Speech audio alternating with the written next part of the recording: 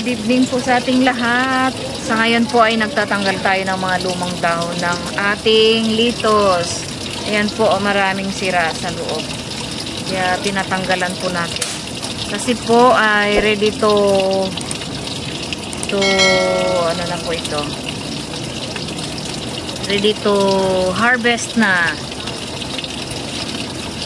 Kaya tinatanggal na po natin yung mga lumang dahon niya.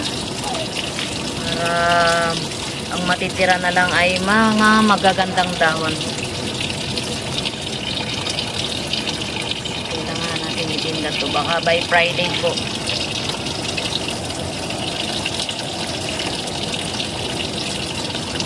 By Friday may tinda na natin to. Ma-convert na sa pera ang mga dahon.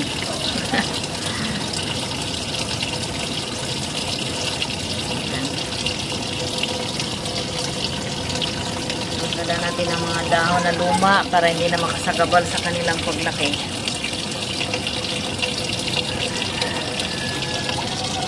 Yung mga ano po kasi kailangan alisin.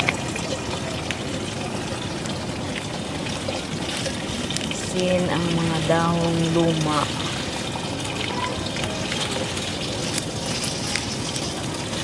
Ay, mga magaganda lang ang natitira.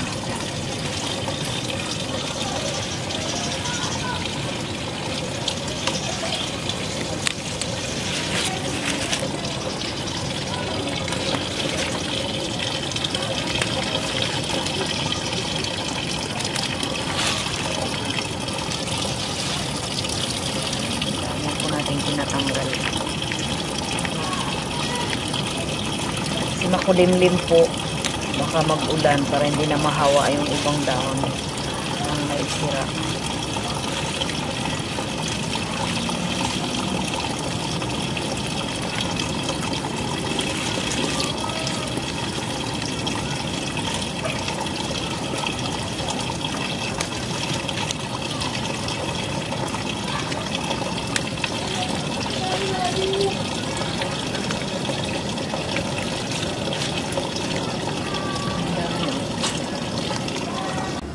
Oh. Wala tayong lalagyan. Ayun o yung ano? Yung hindi, anong lulutuin natin ba? binta natin eh. So ito po guys yung isang slot or isang bed na na-harvestan namin ng Red Rapid. So naubos na po yun. So salamat po sa mga bumili sa aming mga suki.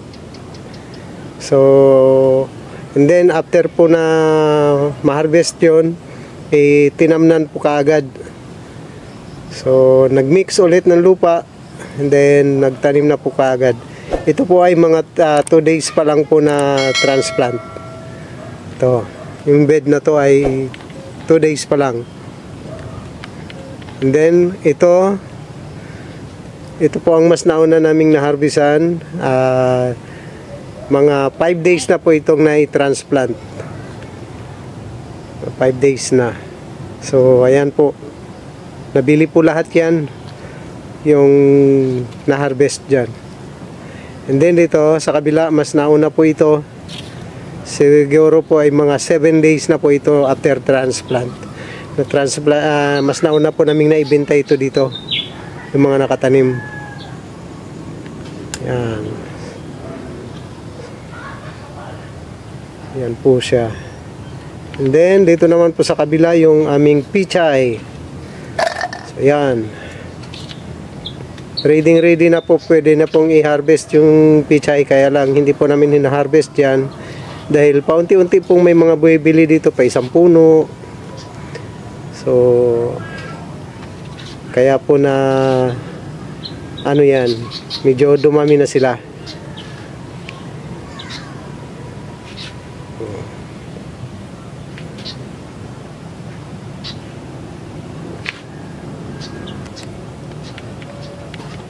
Yan po ang pichay.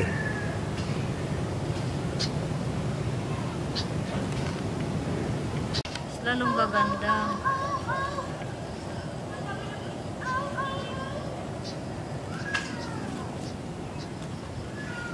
Wala, umaambon.